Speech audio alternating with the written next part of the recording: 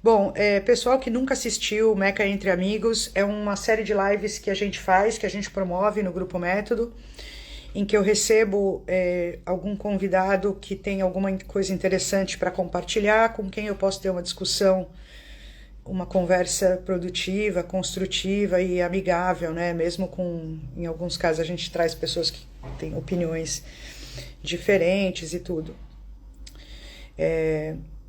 Hoje vou trazer a Camila.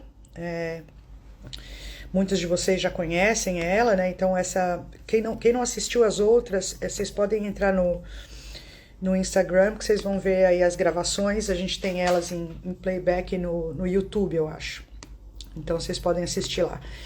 E essa live de hoje à noite, ela também vai ficar gravada, ela também vai ser disponibilizada no YouTube depois de um tempinho para a gente poder editar e etc. Então, se vocês conhecem alguém que não tá podendo assistir hoje, que vai poder assistir depois, tá? Já discutimos vários tópicos interessantes. Mas eu acho que o de hoje é particularmente interessante, né? Porque se refere a uma parte importante da vida das crianças e dos jovens, e também das crianças e dos jovens autistas, né? Que, enfim, tem sido o foco central da nossa conversa. Eu vou trazer aqui a Camila Ribeiro. Peraí, deixa eu mudar um pouquinho a posição dessa câmera. Tá? A Camila, vamos ver, tá bom. Ela é graduada em pedagogia, ela é especialista em educação inclusiva e deficiência mental. Ela tem pós-graduação em análise do comportamento aplicada à educação de pessoas no transtorno do espectro do autismo.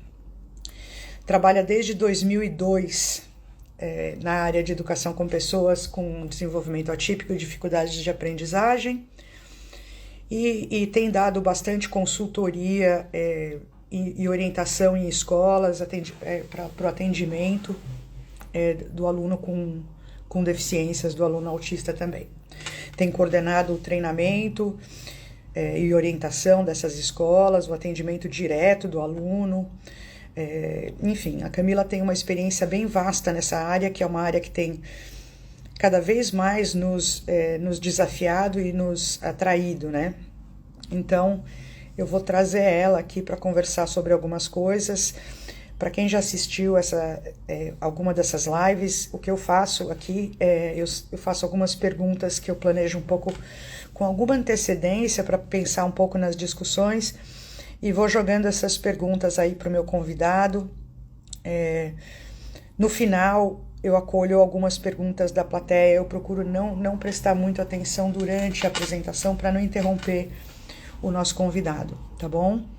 Mas a minha intenção é certamente acolher aí algumas perguntas que vocês possam ter, tá bom? A Camila também trabalha com a gente no Grupo Método já há bastante tempo. Ela é uma das fundadoras do Grupo Método e aí se aventurou em outras coisas relacionadas à inclusão e agora tem estado com a gente já há alguns anos, né? Então é uma pessoa da equipe também, tá? E a nossa pessoa de linha de frente aí para lidar com as escolas e com as questões educacionais. Eu acho que ela tem bastante a contribuir. Camila, agora é aquela hora que você tem que fazer não sei o que eu tenho que fazer não sei o que aqui também para você entrar, entendeu? Oi, Fabi, tudo bem? Agora a Camila vai falar assim, ela vai pedir para entrar e eu vou dar o ok. Mas eu sempre pago um mico nessa hora, tá? Então, não se surpreendam. Oi, Henrique. Aí eu fico olhando umas pessoas que já estão entrando.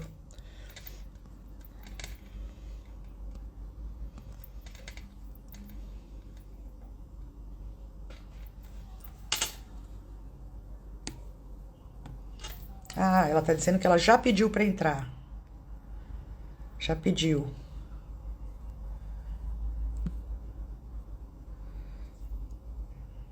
Sou eu pagando mico, né, Camila? Nessa live Meca Entre Amigos, tem sempre esse momento no começo da live que é assim, Meca pagando mico pro Instagram, porque eu não consigo me entender com ele. Ver. Aceitei. Pronto, agora a Camila vai entrar. Vocês me dizem se está dando eco aqui no micro, se está dando microfonia. Oi? Oi, deu certo. Ei, que bom. Eu estou usando headphone hoje, cá, porque toda vez dá problema com o meu som. Tá, Então, você me ouve bem? eu estou te ouvindo super bem. Vamos só esperar o pessoal dizer aqui que está tudo bem no som. Tá. Aí, pessoal, tá tudo jóia. Então tá o som perfeito, muito bem. Então o negócio do headphone deu certo. Camila, esqueci de um detalhe super importante na descrição da Camila. Ela é mãe do Theo, de 2 anos, humano, do Joko, de Não, 6 anos, não humano, não humano, e da Speaky, da de Speak. E também 6 anos. 6 anos, tá? Isso. Eu inverti a ordem, aí eu esqueci dessa parte. Agora, quando eu te olhei, falei, putz, esqueci disso. Camila, assim, como esse é um tema super amplo e que muitas pessoas têm muitos interesses, enfim, eu acho que toca em vários calos, né? Eu fiz um roteiro de perguntas, eu sempre faço, né, para essa live, mas nesse caso eu estou mais preocupada porque a gente pode sair em várias tangentes e eu queria que a gente cobrisse alguns temas aí super importantes, tá? Deixa eu Eu ver. vou pedir também sua ajuda para ir me levando, porque às vezes eu entro num tema e aí já vou emendando com outro, para eu Não, não, não. tudo bem. Eu acho que são temas que são importantes, são temas que provavelmente são discutíveis também, não existe muita verdade nisso, né? Mas, enfim, eu queria começar com algumas coisas um pouco mais básicas, né? Em termos de informação mesmo, tá? Eu acho que a gente vai passar várias vezes por informação, porque uma das coisas que eu sinto é que existe muito, pelo menos para mim, né? Lá no Grupo Método, vira e mexe, as mães chegam, mas quando que tem que matricular? Quando que não precisa matricular? Quando que vai? Quando que é melhor? Quando que não é melhor? Então, assim, concretamente, com que idade, quais são as idades, entre que idades a criança brasileira tem que estar matriculada na escola, pública ou privada? Tá. Então, vamos lá. Até 2009, nós tínhamos aí uma legislação que dizia que a obrigatoriedade ela ia dos 6 anos aos 17 anos. Em 2009, houve uma alteração na redação da Constituição Federal, nessa obrigatoriedade, tanto do Estado, né, o dever do Estado em oferecer educação básica de qualidade gratuita, quanto dos pais, dos responsáveis legais, em matricular os filhos. Então, essa idade foi alterada a partir de 2009 de 4 anos a 17 anos, tá? E lembrando que a partir dessa alteração, a educação básica ela ficou organizada da seguinte forma. Então, a educação infantil, sendo que a creche é para crianças até 3 anos, e pré-escola de crianças de 4 e 5 anos. Ensino fundamental para crianças de 6 a 14 anos e o ensino médio dos 15 aos 17 anos. Tá certo. Então, basicamente, o pequenininho de 4 anos já tem que estar, porque isso é uma discussão sempre, né? Não, fica só com as terapias, ou não fica só com as terapias, tem que estar na escola, não tem que estar na escola. E isso se aplica tanto à criança de desenvolvimento, vamos dizer, típico, quanto à criança com deficiência. Isso, não tem distinção. Tá. Todos têm que estar matriculados. Uhum. E com relação às obrigações aí da escola, então, quais são as obrigações da escola em relação a adaptações? De uma maneira geral, em termos de adequações e de apoio, o que cabe à escola fazer? Tá. Esse é um tópico bem amplo. Na verdade, a gente tem aí como lei, né, o Plano Nacional de Educação, que estabelece diretrizes e metas para essas diretrizes relacionadas a pessoa de apoio, adequação curricular e tudo mais. Junto a ele, nós temos o PNEE, que é o Política Nacional de Educação Especial, que recentemente sofreu uma revisão. Ela é de 2020, então é um documento bem recente na área. Né? E ele é um documento bem amplo e eu recomendo super a leitura para os responsáveis, profissionais da educação e da saúde, porque ele é bem descritivo, ele é bem amplo e acho que ele pode sim agregar na nossa prática. Eu te enviei o link dele, desse documento, para quem quiser consultar, ele está em PDF, mas ele também pode ser baixado direto do site do MEC, tá? Eu vou, só para o pessoal saber, eu vou colocar esse link, então, no descritivo do vídeo, ou no YouTube, ou no Instagram, tá bom? Tá. E aí, esse documento, ele é bem legal, ele tem algumas particularidades, né? Porque ele contextualiza o documento, então ele faz um breve histórico de todas as alterações que houveram aí relacionadas à educação especial, e ele começa, o início dele, ele fala um pouquinho que o documento ele não tem a intenção mais de discutir se a instituição deve ou não atender crianças com necessidades especiais. Aí eles mudaram bastante, atualizaram nomenclaturas, né? Então eles citam educandos com deficiência, transtornos globais do desenvolvimento e altas habilidades ou superdotação. Então a ideia não é mais discutir onde vai se dar essa educação, mas sim como atender os educandos da educação especial, né? Para garantir que haja possibilidades de igualdade, né, na educação que é promovida. Então, acho que aí já começa.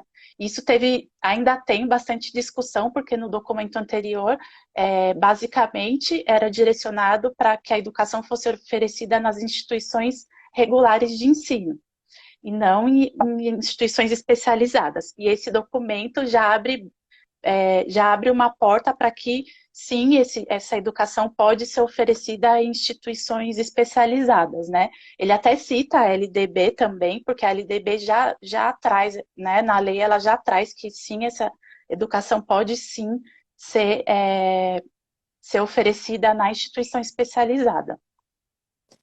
E aí isso é aquela discussão, né, que até é uma discussão que, via de regra, se torna violenta, da escola especial versus a escola regular, tá certo? Na Isso. verdade, eu acho que nessa época aí eu até escrevi um texto na revista Autismo, que é exatamente sobre isso, assim. Sim. Então, assim, se alguém quiser saber minha opinião pessoal sobre o assunto, vai lá. Eu lembro dessa Eu reportagem. gostei desse texto que eu escrevi lá. Enfim, daí isso é interessante para a gente, porque é um tema sempre atual, né? A questão de haver dois tipos de instituição. Isso. Aí tem mais 2 pontos, só para eu finalizar essa parte que eu acho que são super relevantes nesse documento, né? Ele descreve ali claramente quais são as metas desse plano e atribui responsabilidades, tanto no âmbito governamental, quanto das instituições unidades de ensino, né? Tanto, aí é o que acho que entra um pouquinho na pergunta específica que você me fez, tanto no que compete a ambiente físico, então reforma, mobiliário, acessibilidade, recursos humanos, então quem serão os profissionais envolvidos, a formação, então curso, supervisão e os recursos didáticos. E acho que o melhor de tudo, assim, que para mim eu fiquei muito feliz de ler essa parte, é que ele foca, né, ele traz uma ênfase na necessidade da normatização voltada à formação e utilização de metodologias e estratégias que são baseadas em evidências. É muito difícil você ler sobre práticas baseadas em evidências na educação, né? Por uma questão cultural, de formação, enfim. E esse documento, ele tem várias páginas até conceituando o que são práticas baseadas em evidências, o que o profissional deve buscar, como que ele busca essas informações, esses estudos. Então, eu achei super, super positivo e uma mudança muito significativa aí na melhora, né, da qualidade do serviço que a gente oferece. Eu acho que isso é importante, né, Cá? Eu acho que a gente, como mãe, a gente tem uma preocupação muito imediata da mudança, né? Mas quando você consegue olhar as coisas de uma perspectiva mais, vamos dizer assim, profissional, acadêmica, você tem uma visão mais longitudinal. E isso indica mesmo uma mudança. Agora, o duro é pensar que essa mudança talvez não mude a vida do carinha que está na escola hoje, né? Então, assim, é legal, é maravilhoso, porque a gente está indo na direção certa. Porque é verdade isso, né? Na medicina, na saúde, a gente não questiona a prática baseada em evidências, né? Ninguém vai tratar uma doença física grave com alguma coisa que não é baseada em evidências. Ninguém fala Mas assim, na hora ah, eu que vou chega. escolher. Né? Ninguém Ninguém vai fala assim, dizer, eu vou escolher isso. Oh, isso, desculpa. é, ninguém vai escolher uma prática não baseada. Agora, na educação é como se não fosse tão importante, é como se, eu não sei o que que é, mas é isso mesmo. É um diálogo muito assim, é o que eu me identifico. Vou trabalhar do Exato, jeito que eu me exato, é, identifico, do jeito é, que é bonitinho, que, sei lá, umas coisas que é, sem é. embasamento. Então, eu me coloco, então, quem estiver assistindo, por favor, não se sinta ofendido, mas eu acho que a gente tem que trazer essa discussão e melhorar, buscar melhorar sempre, né? Não, eu acho que é uma questão mesmo cultural e histórica, né? De evidência não teve nunca lugar na educação, mas enfim. Camila, passando aí para uma questão mais prática, tá? Porque eu quero ter certeza que a gente cobre algumas questões mais práticas. E é uma questão que está muito fresca na minha cabeça. Outro dia mesmo eu compartilhei um link no Facebook de um incidente que ocorreu numa escola onde aparentemente, acho que a diretora ou coordenadora mordeu a mão da criança, Uhum. né? E aí ela descreve uma coisa do tipo, crianças como essa é muito difícil, ou qualquer coisa assim. E deixou marca ali na mãozinha do menino e tal. E aí eu tive a curiosidade de ir no Google e coloquei lá incidentes com autistas ou deficientes em escolas. E teve um número de eventos, né, listados como ocorrências em escolas particulares e públicas. Então, assim, eu não sei por que está acontecendo isso, talvez até por conta dessa pressão maior para a inclusão, mas eu tenho visto um número absurdo de incidentes desse tipo, né, de incidentes importantes em escolas públicas, em sua maioria, mas algumas também em escolas particulares, envolvendo principalmente autistas, né, mas também pessoas com deficiência. Incidentes do uso de força, de outras formas de abuso, até não intencional, entre aspas, né, diante de dificuldades comportamentais. E aí, assim, eu sei mesmo, né, porque eu acompanho o seu dia a dia, com, tem visto bastante isso, né, dificuldades de manejo comportamental e tal. Na sua opinião, e assim, com base mais na experiência mesmo, por que que isso está acontecendo? Eu acho que é a primeira parte da pergunta. E a segunda parte é que medidas a gente poderia tomar para melhorar essa situação, né? E aqui eu estou falando mais especificamente do manejo adequado e humano das dificuldades comportamentais, ou seja, prevenção, medidas preventivas, medidas de manejo, manejo de emergências, o que que poderia ser feito para fazer com que essas coisas não acontecessem com tanta frequência mais? Tá. Eu acho legal essa pergunta porque realmente é muito recorrente, desde situações mais que não são tão intensas e não acabam aparecendo, mas elas acabam acontecendo diariamente na escola. E eu acho que um pouquinho da Exemplo, resposta do. exemplo. Então, Deixa eu te botar de saia justa. exemplo. Então, aluno que começa sei lá, ele gosta muito de eletrônica e começa a entrar, invadir todas as salas de aula em busca de. Porque agora as escolas particulares, elas trouxeram notebooks e Uhum. dispositivos mais tecnológicos para a sala. Então, é muito comum você ter esses dispositivos na sala de aula. Então, é muito recorrente comportamentos desse tipo. Então, ele entra, invade a sala, atrapalha o lado do professor, aí ninguém sabe, vira aquela confusão. Então, tem comportamentos desse tipo. Pegar lanche do amigo, e quem mais?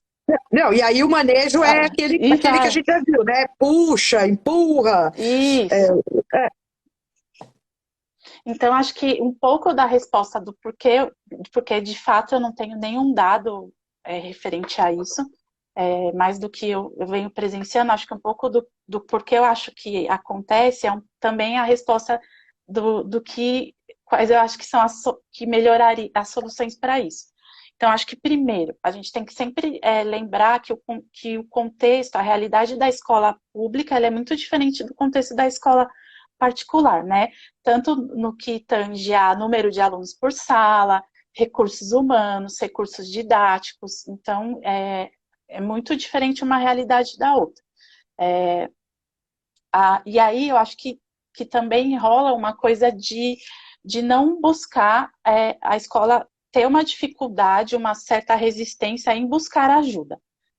Seja porque ela entende que ela não precisa e que ela vai lidando até que de fato um incidente muito grave ocorra, e aí ela se vê ali diante dessa situação obrigada a buscar ajuda especializada. E eu vejo também muito relato de escolas com histórico de profissionais que entraram ali para ajudar e entraram com uma postura muito ruim. Então, uma postura muito autoritária, uma postura de não respeitar que ali naquele ambiente existem regras, existem processos que são diferentes do local que ela trabalha, que provavelmente o protocolo que ela vai propor para a escola e que deve ser construído com a escola não é o mesmo que ela aplica no ambiente de trabalho dela ou na residência do aluno. Então, tem esse histórico dessa abordagem que não foi muito positiva, e tem a questão também da escola que se recusa até que uma bomba estoure, sabe? Eu acho que o que eu tenho visto, eu vejo isso também, cara, é um pouco da postura do profissional liberal, né? Às vezes o profissional liberal chega numa escola sem entender como é que funciona uma empresa, né? Então a escola, seja ela pública ou ela privada, ela funciona como uma empresa, né? Então ela tem processos, ela tem sistemas. Você não pode chegar lá e dar uma instrução para uma pessoa diretamente, sem passar por um. Enfim, isso dificulta muito. Eu acho que precisaria de um treino também, de uma qualificação da nossa parte, né, dos profissionais de saúde para poderem intervir no contexto escolar. Em termos de manejo comportamental, assim, uma coisa que eu gostaria, assim, até que na hora que você falou me lembrou, é que a gente vê muito o que aparece na televisão e nos jornais e no Google são as situações de abuso, vamos dizer assim, né, de uso excessivo de força. Não aparece tanto as ocorrências de negligência, né? Na verdade, é exatamente. Sempre eu falo isso, né? Eu falo, bom, se a criança é um pouco mais agressiva, um pouco mais assertiva, até que eu fico menos preocupada, porque eu sei que ela vai se fazer notar, né? Então, ela não vai ficar quietinha no fundo da sala. Mas o que eu tenho preocupação também, acho que em termos do lugar da criança com necessidades especiais na escola, é um pouco da ocorrência da negligência, né? E o que eu estou chamando de negligência talvez seja até um termo meio forte, é o não cumprir com a obrigação de educar, entendeu? Então, assim, se ele não aprende, eu tô aqui, eu tô ensinando, eu tô dando o conhecimento, mas ele não tá aprendendo, isso é problema dele, né? Então, Exato. ele fica... Então, a criança... Pô, eu não sei dizer quantas crianças em inclusão que eu vejo que passam o dia fora da sala de aula, circulando, andando e etc., sem fazer nada, né? Ou ficam, enfim, em algum lugar separado, ou não estão produtivas. Então, acho que isso é um problema também. Acho que isso é importante você dizer, porque essa negligência, mesmo tendo muita diferença dos contextos, né, da escola, eu acabo vendo muito mais essa negligência na escola particular. Eu tenho muitas amigas pedagogas, professoras que trabalham no contexto público e são, assim, maravilhosas, excelentes. Eu já vejo uma movimentação, uma inquietação dos professores para isso. Mas a gente tem enraizado uma formação que prioriza uma educação que olha para o problema, né, não olha a causa e pune, ao invés de ser preventivo, né, e trazer um ambiente motivador e trazer um ambiente agradável para que a gente não tenha tantos problemas de comportamento. O quietinho, ele sempre vai ficar, justamente porque a gente ouve. E se ele não aprendeu, é porque ou ele tem diagnóstico X, ou porque ele é preguiçoso, ou porque os pais em casa não colocam na linha. Então, sempre a razão, o motivo dele não aprender sempre está no aluno, né? E aí, como que a gente quer que ele consiga? Então, isso é uma mudança de perspectiva. Eu não sei quanto tempo vai demorar, né? Eu vejo sinais, como eu te falei, no documento, nesse documento mais recente, mas ainda é muito enraizado essa postura, sabe? E é um trabalho de formiguinha. Eu falo assim, ele é de formiguinha, ele é exaustivo, mas a gente não pode desistir disso. Uhum. Tá bom. Cá, vamos então virar a página aqui para a questão do currículo mesmo, já que a gente já está falando agora na parte mais do ensino, né? A questão. Primeiro vamos começar por diferenciar, porque eu vejo vários termos, tá? Na hora que você fala de currículo da escola, eu vejo as pessoas falando adaptação, não sei o quê, não sei o quê. Quais os termos que a gente está usando hoje para trabalhar a individualização do currículo? Né? Então, você tem o currículo lá da Base Nacional, e como é que a gente pega ele e transforma ele em alguma coisa para a criança com deficiência? Tá. Então, vamos lá. O currículo, ele deveria ser um documento que descreve habilidades a serem aprendidas, né? Objetivos não só mensuráveis, mas que ele seja claro e objetivo a ponto de que quando eu leio ele, eu e você entendemos que a gente tem que ensinar a mesma coisa, né?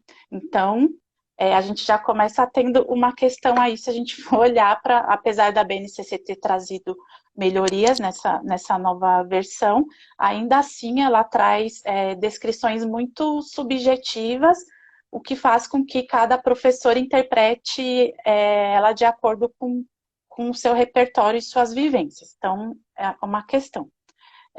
E o currículo também ele é muito usado para descrever conteúdos e não habilidades, o que também é um problema, porque você tem repertório, os alunos eles chegam com repertórios diferentes. Então, quando você não olha para isso e olha para o conteúdo, você já está basicamente fadando todo mundo ao fracasso, né? Porque a nossa organização educacional ela é seriada, ela é por idade, né? Ela não olha para o aluno indivíduo e o repertório dele. Então, outro problema. Quando a gente vai falar de alterações no currículo, muitas pessoas usam várias palavras, acomodação, adaptação, mas quando você vai buscar na literatura, você acha as palavras modificação e acomodações, tá? O que acontece na modificação? A modificação ela é uma mudança que altera o currículo. Então, como aqui é seriado, ele vai alterar o currículo do que é esperado ali para aquela série específica, né? Ele é uma estratégia que é usada para o aluno que tem dificuldades significativas. Então, basicamente, assim, dando um exemplo mais amplo, aquele aluno que não vai conseguir seguir o currículo daquela série. Então, ele vai precisar ter modificações naquele currículo. Outra característica da modificação, a expectativa em relação ao aprendizado desse aluno ele é diferente também do que é esperado para os alunos daquela série. Logo, o processo de avaliação da modificação curricular, ela também é diferente, tá? Exemplos de modificações curriculares, tá? Eu vou usar tarefas, as atividades que eu vou oferecer vão ser diferentes dos demais alunos, né? Elas podem ter ali a mesma temática. Opa, travou? Você está me ouvindo, Meca? Eu tô te ouvindo. Eu desliguei o meu áudio porque o meu negocinho desligou. Você tá me ouvindo? Tô. É que é só a sua imagem que está um pouco travada. Mas se todo mundo estiver me ouvindo, então vou continuar. Então, lá. Os exemplos, né? Então, eu vou precisar de uma alteração significativa na atividade proposta. Então, eu posso ter a mesma temática, mas provavelmente a habilidade, a topografia da resposta, várias características vão ser muito diferentes do restante dos alunos da sala.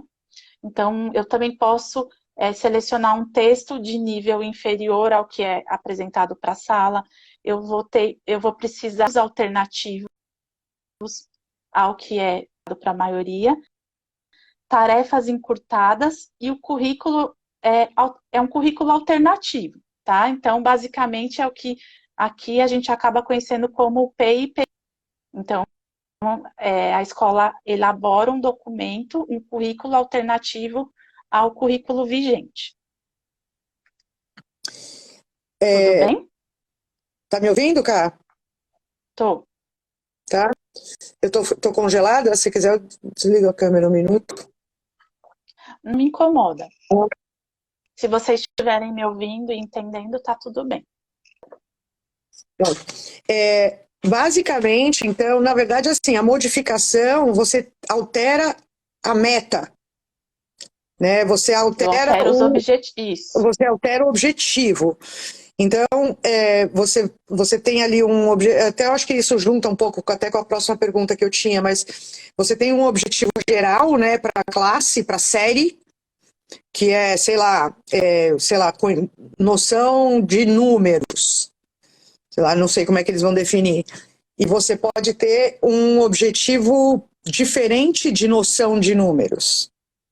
Isso, então vou dar um exemplo. Sei lá, agora eu não vou lembrar muito, mas geralmente é no segundo ano. Então, os alunos, isso eu tô só falando, eu não estou lendo o objetivo que está no BNCC, tá? Só para deixar claro. Então, no segundo ano é esperado que os alunos resolvam operações matemáticas de adição e subtração com 2 dígitos sem reagrupamento.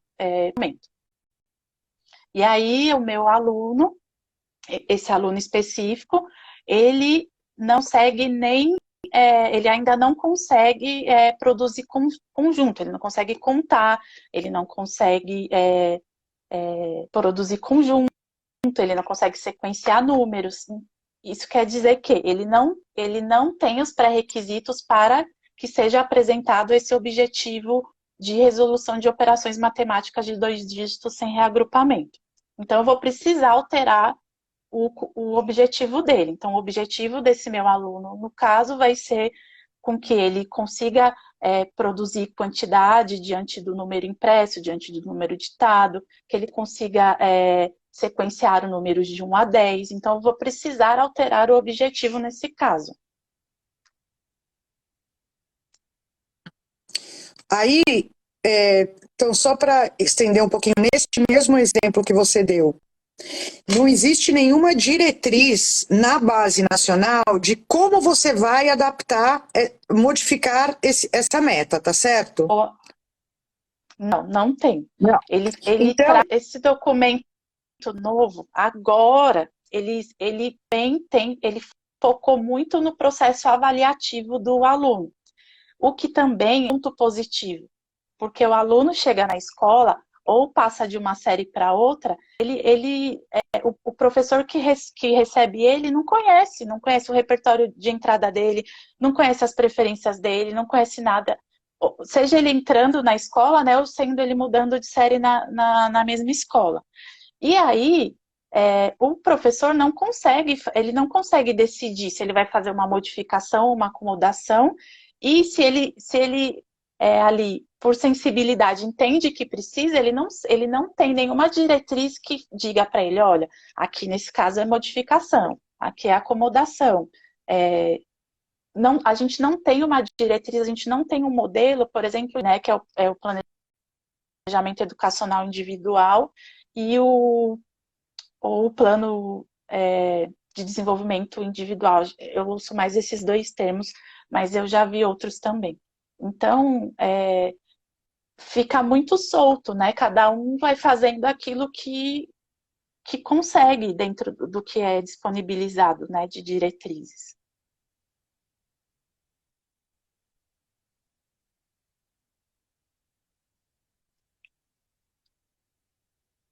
Ah, ouço. Ah, não, agora eu estava com o microfone fechado. Ah, tá. Agora eu ouço. Eu tô vendo uma pergunta que eu vou ter que fugir um pouco do roteiro, porque eu acho que essa pergunta que essa moça colocou, a Jéssica, é uma pergunta importante, eu acho que é bem na linha do que a gente está discutindo aqui. Ela está perguntando assim, quem faz as adaptações das atividades escolares? Porque tem escola que quer tudo pronto. Me ajuda, Meca. Então, Jéssica, eu não vou nem olhar para a cara da Camila, porque eu quero que ela responda essa pergunta livremente também. Na minha opinião, isso seria uma obrigação da escola e do currículo da escola. Né? Então, assim, na minha opinião, a escola teria que... Porque se a escola entrega para você, Jéssica, para mim, Meca, ou para quem quer que seja, é porque ela está abrindo mão da educação daquele indivíduo. E ela não está abrindo mão da educação dos outros 29. Mas ela está falando assim, esse daí, ó, você escolhe como é que você quer. O meu currículo é esse aqui engessadinho aqui. Então, assim, na minha opinião, é a escola que tem que se apropriar disso. É a escola que tem que gastar um dinheiro para adaptar o currículo, para estabelecer diretrizes. Assim como a própria Base Nacional deveria ter diretrizes de adaptação e não tem.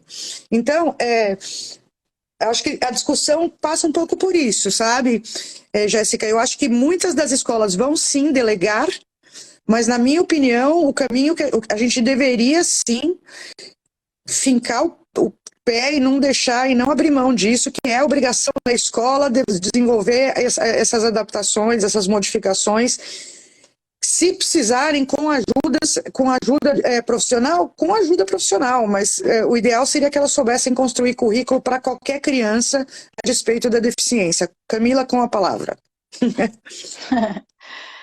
Sim, se a gente for olhar para todas as diretrizes que a gente tem aí, todas as leis que nós temos, todo o processo aí de implementação, é um dever da escola escolar.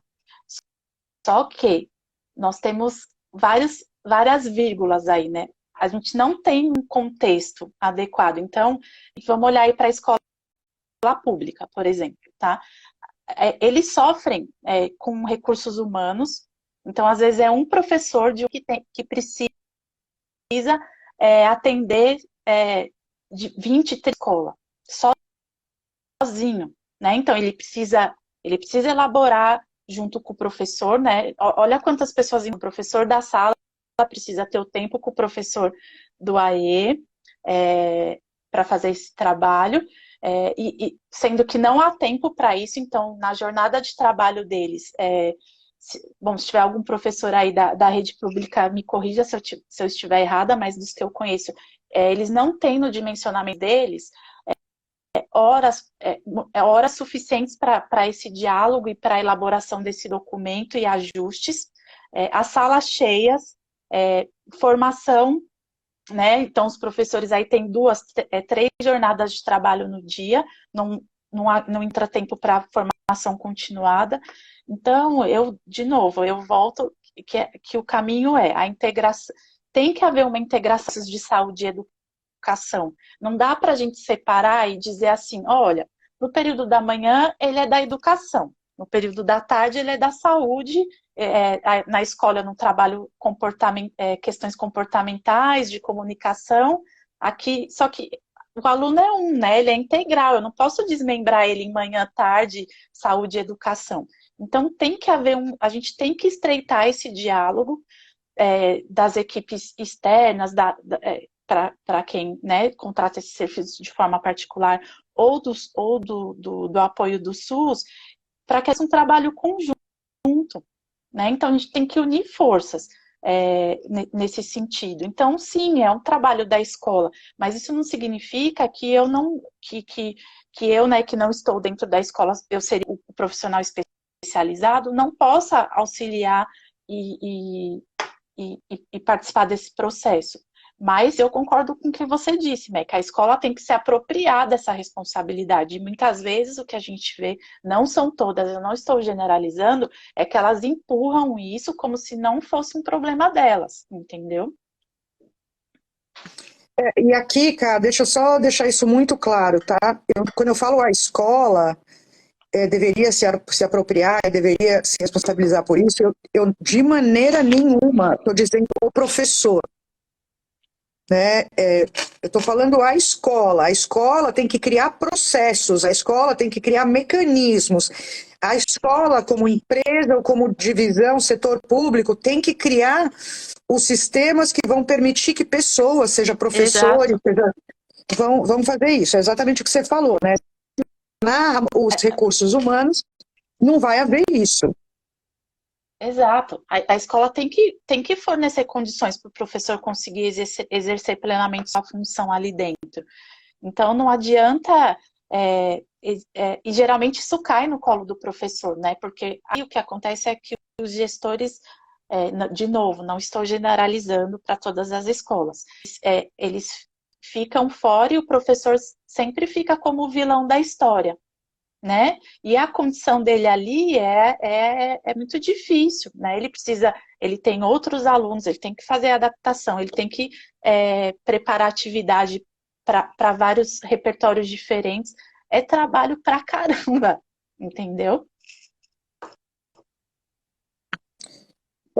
Uma questão que não estava no meu roteirinho aqui, mas que eu acho que tem um pouco a ver com isso que a gente está falando, existe uma pressão também, às vezes eu sinto essa pressão das famílias e às vezes eu sinto essa pressão das escolas, de que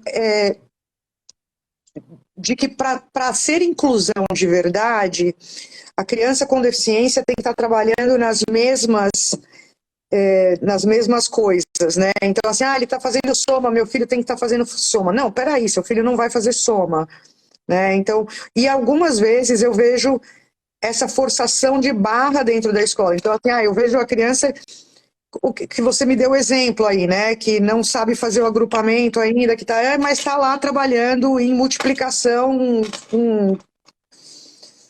né? Esse seria o caso de modificação curricular e não porque Acomodação, isso. exatamente. O que eu vejo é exatamente isso. Por isso que eu acho que esses conceitos são tão importantes. O que eu vejo é muitas famílias brigando pela acomodação, né? Então, eles estão trabalhando em somas e subtrações sem carregar. Então, ele faz uma acomodação, faz números grandes, faz números amarelos, faz números sensoriais, fazem tudo que é besteira, mas a questão é que não deveria estar trabalhando naquilo, deveria ter sido feita uma modificação curricular. Acho que isso que é importante para os pais que estão aqui assistindo, que é isso, né? Inclusão não é simplesmente fazer um esforço desgraçado para parecer igual. Né? Inclusão é fazer um esforço desgraçado para ter os mesmos direitos. Isso, condições iguais de aprendizagem. De novo, a aprendizagem, o que talvez eu esteja aprendendo vai ser diferente do que você esteja aprendendo. A gente pode estar na aula de matemática, mas todos nós, né? E, de novo, acho que isso é tão importante porque a gente tem visto cada vez mais a necessidade de acomodações para crianças que não têm nenhuma necessidade especial. Né? Um diagnóstico estabelecido. Então, é muito importante que as pessoas entendam que a gente tem que olhar para o aluno, para o repertório dele, porque só assim eu consigo garantir e fazer um planejamento adequado para que ele aprenda, para que ele, né, evolua. Então, não adianta eu ficar querendo fazer a mesma atividade, querendo trabalhar o mesmo objetivo se eles estão em momentos diferentes. Né? Então, acho que só voltando aqui, porque eu falei de todas as características da modificação e não falei das acomodações. Né? Então, vamos lá. No caso da acomodação, a acomodação ela é uma mudança na forma como o aluno vai aprender. O currículo ele permanece igual, então a modificação ela altera o ambiente, não o currículo, tudo bem? Ela é uma estratégia que ela é usada para ajudar alunos com necessidades com necessidades específicas de aprendizagem, não necessidades significativas. E a expectativa aí é que ele tenha os mesmos resultados de aprendizagem da sala, né, dos pares ali da sala dele. Logo, o processo avaliativo, ele é o mesmo, né? Então, vamos lá alguns exemplos. Nas acomodações, eu posso disponibilizar mais momentos de pausa, eu posso fazer acomodações no tamanho da letra, em letra maiúscula, só ter letra maiúscula, por exemplo. Eu posso dar um tempo adicional para ele realizar uma atividade. Eu posso alterar configurações de grupos. Então, ao invés de colocar ele em grupo de 10 pessoas, eu coloco ele no trio, por exemplo. Eu posso fazer uso de tecnologia assistiva. Eu posso ter acomodações, por exemplo, de assentos preferenciais. Então, são todas acomodações que são possíveis e não necessariamente elas precisam ser feitas só para alunos com necessidades especiais. Tá. Legal. Cá, tem só uma pergunta rapidinha aqui que eu vou responder e depois eu vou passar, eu acho que vou para uma questão mais ou menos final aí, para a gente amarrar, mas a Ângela fala assim, mas Meca, a escola é feita de pessoas, se as pessoas não tiverem interesse em ajudar uma criança deficiente, não vai ocorrer nada. Ângela, eu vou te dar uma, assim, eu acho que tudo é feito de pessoas, mas no caso da escola e no caso de empresas em geral, elas são feitas de processos, entendeu? Então, a gente não pode ficar dependendo do coraçãozinho, da bondadezinha, do interesse pessoal das pessoas, da devoção, o cara nasceu para isso. Né? Então, a gente precisa criar processos, criar sistemas, criar leis, criar mecanismos que tornem isso replicável por quem quer que seja a pessoa. Né? Isso é uma coisa que eu sempre falo, mesmo lá no Grupo Método, eu falo, não sou eu, é o processo, e eu acho que a gente tem que batalhar por isso nas escolas, não tanto pela perfeição humana, mas pela melhora dos processos. Exato. E não é ajuda. E não é ajuda. Ninguém na escola está para ajudar aluno nenhum. Eles são profissionais que estão ali e precisam desempenhar as responsabilidades que eles estão ali para fazer. E qual que é a principal delas? É fazer o planejamento e ensinar os alunos. Entendeu? Então ninguém está dando ajuda, ninguém tem que ser bonzinho. Né? É claro que que tem a questão, né, nossa de gostar mais disso ou daquilo, mas a gente não pode mais aceitar esse tipo de condição, né? Não é ajuda. E aí é bem essa coisa mesmo, né, cara? Eu já vi muitas pessoas, muitos professores da rede pública e privada absolutamente desesperados por não estarem conseguindo exercer a função de professores de determinadas crianças, entendeu? Então, assim, essas são pessoas boas, são pessoas que querem ajudar, entre aspas, no sentido de exercer suas funções, mas eles não conseguem porque não tem os processos, né? Então, eu acho que é bem isso daí mesmo. Cara, o último tópico assim que eu gostaria de abordar, deixa eu dar uma olhada no tempo, dá tempo.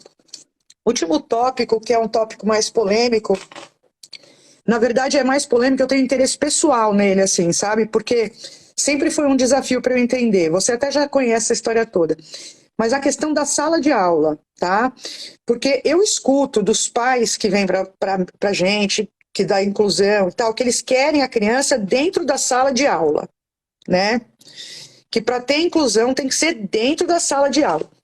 Aí eu vou compartilhar com vocês, pessoal, uma história super pessoal mesmo, tá? Eu fui para a escola nos anos 70, nos anos 80. Eu nunca aguentei a sala de aula. Eu botava a cabeça na mesa assim, fechava o ouvido, eu não sabia do que se tratava. Só que no meu tempo, não era obrigado a ter inclusão, nada disso. Então eles ficavam mandando de escola para escola, né? Eu peregrinei todas as escolas de São Paulo. Até que finalmente eu cheguei numa escola que não me obrigava a ficar em sala de aula. Então, como é que eu fazia? A minha família pagava um tutor particular na véspera das provas e eu passava 8 horas, 10 horas, 12 horas estudando uma matéria que eu não sabia nem qual era para fazer a prova no dia seguinte e passar. E foi assim que eu passei. Se hoje em dia eu estivesse indo para a escola, eu fico imaginando que iam ter alternativas. Existe, eu penso na sala de aula, Camila, como uma forma de mídia, de ensino, né? Então, você pega 30 pessoas que aprendem mais ou menos igual e coloca uma outra pessoa falando lá na frente. Eu era uma das pessoas que não aprendia daquele jeito. Mas dessas 30, 27 aprendem. Então, tá bom, né? Uma margem boa. Agora, se a criança tem um perfil diferente, ela não aprende daquele jeito, a escola não está na hora da escola desenvolver outras mídias de ensino que permitem que outras crianças fiquem fora da sala de aula, porque hoje em dia quem fica fora da sala de aula é só aquele menino que começa a atazanar dentro da sala de aula. Né? Aí a professora fala, ele precisa se regular lá fora. Se ele tivesse quietinho, sofrendo lá dentro, ela não falaria isso, porque pensa nisso, né? O menino que não entende, não tem compreensão simbólica da fala, e passa 40 minutos, 4 horas ouvindo a pessoa falando lá na frente, é mais ou menos como a gente ficar 4 horas ouvindo uma pessoa tagarelando em mandarim.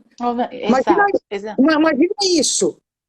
Né? Exato, Então, a gente consegue manter na escola a criança aprendendo, e eu não estou falando da criança com deficiência intelectual, eu estou falando de qualquer criança. Eu não conseguia ficar em sala de aula. A gente consegue sair da sala de aula um dia, quem sabe? É meu grande objetivo na vida. Eu acho que, de novo, eu acho que a gente tem esse documento traz mais abertura e descreve sistemas aí de implementação, diretrizes para isso, mas eu acho que a palavra-chave tem que haver flexibilização. A gente não pode ficar preso a um currículo, então o sofrimento do professor eu preciso passar todos os conteúdos até o final do ano. Então, você, por exemplo, chega no final do primeiro semestre, é aquela correria. Chega no final porque tem que completar o livro, porque tem que passar todos os conteúdos do currículo. Então, eu acho que é mudar o foco, né? Precisa existir modalidades de ensino diferentes dentro da escola.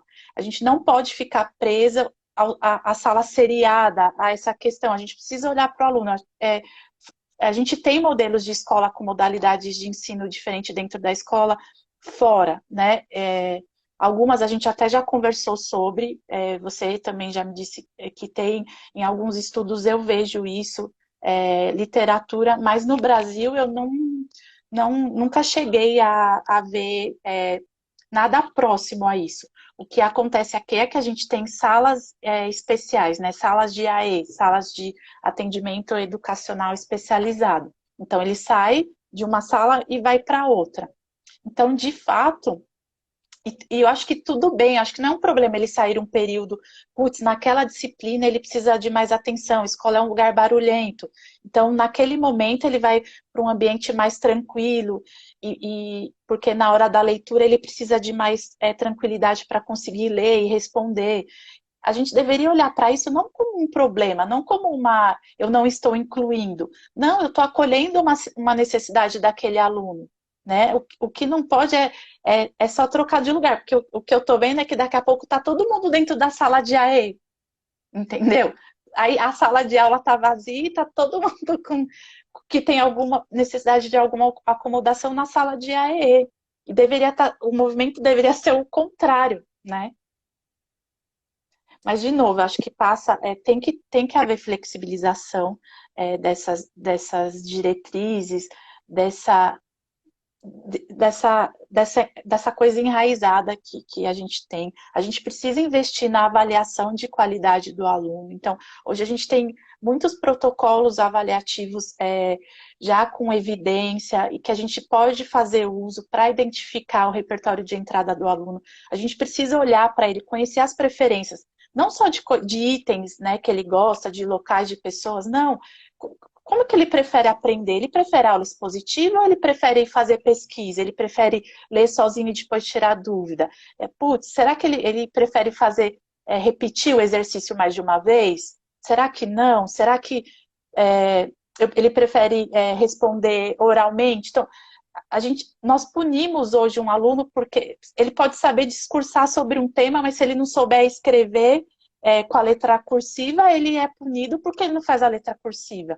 Então, o que é importante, né? Acho que são muitos pontos que a gente precisa rever nisso tudo, né?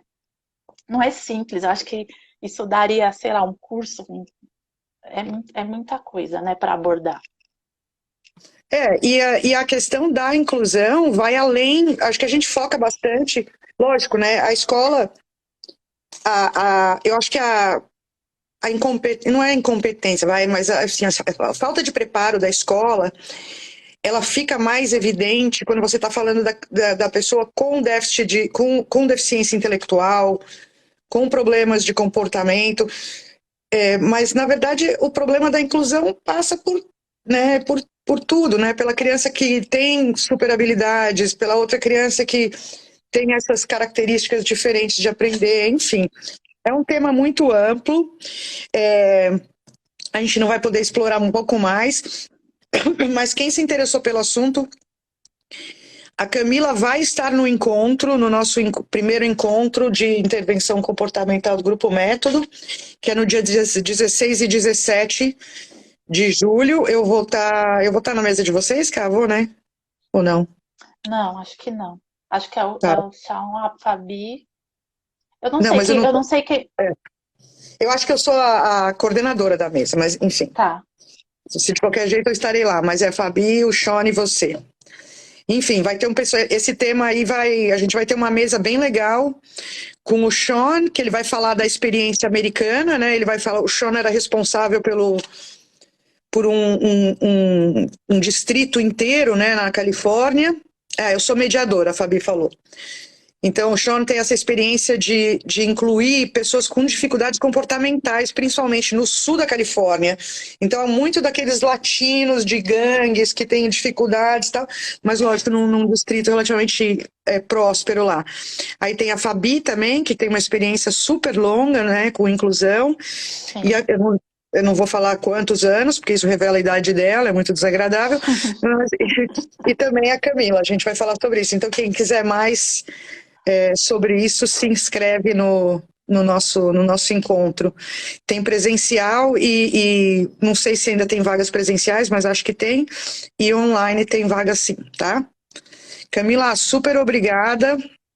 Imagina, eu que agradeço, peço desculpa. Acho que quem me conhece mais sabe o quanto eu sou resistente em falar em público e tudo. É a minha primeira live, então desculpa se eu não respondi tudo da maneira mais ampla possível, se faltou alguma informação, se eu comi bola com alguma número de legislação. Depois que o Theo nasceu, minha memória foi para o espaço, então eu estou com a minha colinha aqui das leis, mas o que eu puder ajudar, eu estou à disposição. Enfim, muito obrigada aí pelo convite. Você foi excelente, Cá, você foi excelente. Você não precisa pedir desculpa por nada, você arrasou. Muito obrigada, Camila, muito obrigada, pessoal. Bastante gente ficou assistindo a gente até agora.